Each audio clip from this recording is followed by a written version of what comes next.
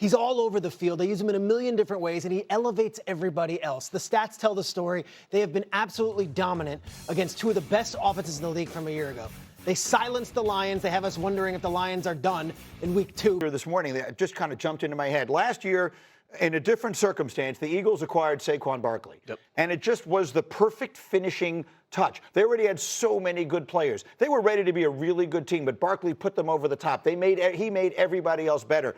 Micah Parsons feels like he might be exactly that for the Packers. There's no might be. He is exactly that. When you look at that secondary, who I viewed as the weakest link on this defense coming into the season, those guys are playing with a lot more confidence. They're sitting on routes. They have and the ability to run to the football by everyone on that Packers defense. You don't just see one Packers helmet in the league.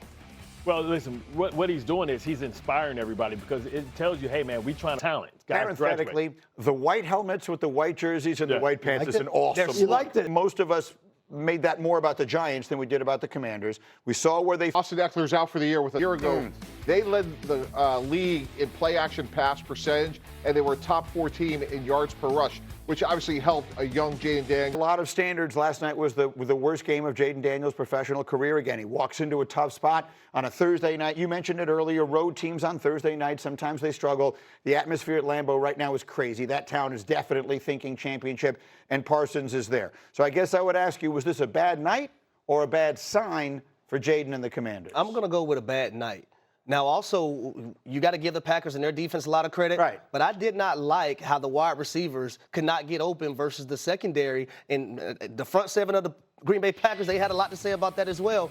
But there were a few things that I questioned. Why are you going to Noah Brown majority of the times on 3rd downs and not Terry McLaurin? Why on a 4th and 4 play are you going to Jalen Lane, who is a rookie wide receiver? Why is Terry McLaurin not in the ball game? So a few of those things I'm questioning, and it's not like Terry McLaurin, he was going to a lot in week 1. What is the discourse there right now? Are they trying to see if other guys can step up and make plays? Well, I'm not trying to see that if I just gave a person an extended contract. I'm trying to get Terry McLaurin the football as much as possible. I have not seen that within the first 2 weeks of the Commanders. Well, that's the byproduct of him missing a lot of time in training camp. You heard on the telecast they said that they were really working after practice to try and get that chemistry back in timing. The timing is slightly off. So, and also he has to get Robinson, you lose Eckler, and now we're looking at Zach Ertz was the best player on the field for them. Zach Ertz is nearly 40. Yes. So you start wondering, do they have the horses after all to compete with the Eagles, with the Packers? I think it's fair to wonder if they've got the weapons on the outside as well as Deebo Samuel has played the first 2 weeks. The X factor for this team, to me, short term, is Deebo Samuel. We saw the 50-yard kickoff return. Yep. He's not as explosive as what you're talking about, Peter. They got pushed around last night now. We've all seen this. We've all seen that, you know, the rookie quarterback has a good rookie year. Regression? And then the second year, we think they can handle more, so we take the ball and we put it in his hands and takes it out of how we got there fundamentally. They got there fundamentally because they ran the ball and the commitment to the run and the creativity. You start to say, okay, well, he's graduated. Let's give him everything. No, you still have to bring him along slowly. He's still a young quarterback. Stroud took his team. Why they could take a step back. All the one-score wins they had a year ago. Their schedule this year is particularly tough in the way, things you don't always look for, but teams coming off a bye when they play them and things like that. If there was a team that might take a step back, maybe it's them. We'll see. Last night might have, I'm sort of willing to, as you said, chalk up what has happened to that they are riding on right now than it is anything else. And special teams has been outstanding. I think it is fair to say the teams they beat, the Lions, the #1 seed in the NFC last year, and the Commanders, a team that went to the NFC Championship game last year, and the way they beat them, this is not an overreaction. And what Josh Allen did. I know teams win championships, but the ones that usually have the better quarterback can be wrong a lot more. So I would have that list flipped. Bills made Packers defense. Well, I'm going to take the Ravens defense once they make the adjustments like they made last year. No. You can't. You just said once they make the adjustments. I'm talking about right now, Bart. Don't tell me we're going in the film room, we making adjustments right now from what we've seen so far. Greeny. Are you taking the Packers defense or the Ravens defense? They give up like 40 points. Greeny. Yes. It's the NFL of games. They didn't know Zaire Alexander retired. They know now. I think they'll make the adjustments. But the Packers did. So there you go. Standing by. Right, the Packers knew. Green Bay can score points, and they can rush the passer. And what they have is sustainable because of their depth. Okay, let me leave it there with you guys because let me go live to Knoxville. Last night he was at Lambeau Field calling the game on Amazon Prime, and now through the dark of night with about 8 minutes sleep, Kirk Herbstreit is up early with this. Pick up the conversation there. We're sitting. You did the game last night. First off, can you just give us a sense of it jumps through the screen. What has he done for that team? That the first time I watched him, when I watched this game, their first game, I thought, man, what a difference he's made as far as igniting this stadium and affecting the entire. With Peter, this is already a playoff contender. This is a team that got there last year. And I think Jeff Hafley is probably one of the most underrated defensive coordinators in the NFL. Yet they disguise and do so many different things. Then you throw in Micah Parsons to a defense that was already to be one of the best in the league. It's the real deal. This team is going to be dangerous. Jordan Love, I think people also think about 3 years of sitting there behind A-Rod, opportunity to really. College games of the weekend, Herbie, while we have you here. You are in Knoxville for the big showdown, Georgia and Tennessee.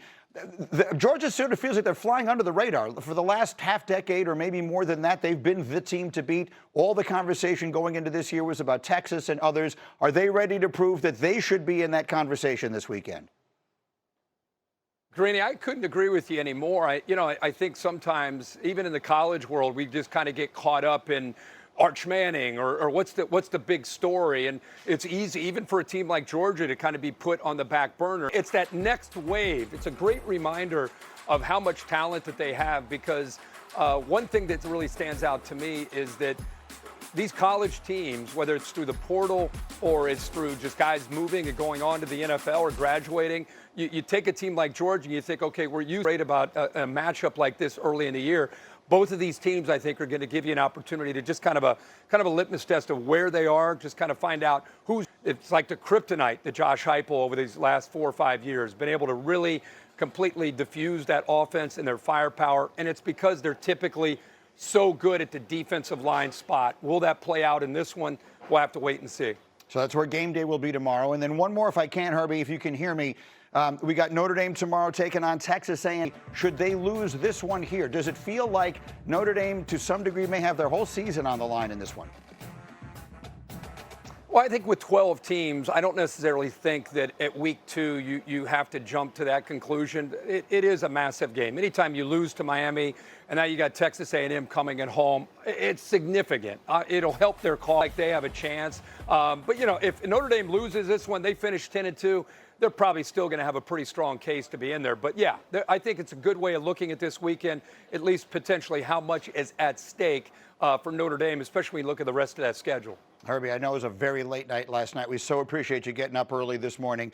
Thanks for jumping in. We'll watch you on game day tomorrow and everything else. Again, you will see our entire crew, part of our SEC on ABC college football triple header. Starts with Alabama taking on Wisconsin at noon. Then you'll get Georgia, Tennessee, and then you will get LSU in Florida tomorrow night, prime time. So, Joe Fortenbaugh back. Best bets for the weekend, Florida, LSU. What are you looking at? We're going to buy low on the Gators, getting more than a touchdown at +7.5. They're off that USF loss. It looked terrible. Here's the key. LSU center Braylon Moore is a stud. He could be out for this game. Florida's getting healthier on the defensive line. That could create problems for Garrett Nussmeier with that push up the middle. We all loved LSU off that Clemson win. Does it actually mean anything now with the way Clemson is? Maple versus Kirby. We're going to play Georgia minus the 3.5. 4-0 straight up. 4-0 against the spread, winning by 20 points per game while holding the Tennessee offense to 14 points per game. That's Kirby Smart versus Josh Heupel. We're buying in at Georgia minus 3.5. All right, let me get one more thing from you. This weekend is also a fight that people have been waiting for. This may be the most anticipated. People are concerned. Don't be. The defense is there. The speed is there. The boxing acumen is there. Reason number 2, we're getting a great price. Mexican fight fans love Canelo Alvarez. They're the most passionate in the business. That money shows up at the sportsbook windows. This is the most popular fighter on the planet. People love to bet him. As a result, the sportsbooks need to account for that, which is why we get Terrence Crawford at an excellent price. We're betting TC +140. Joe?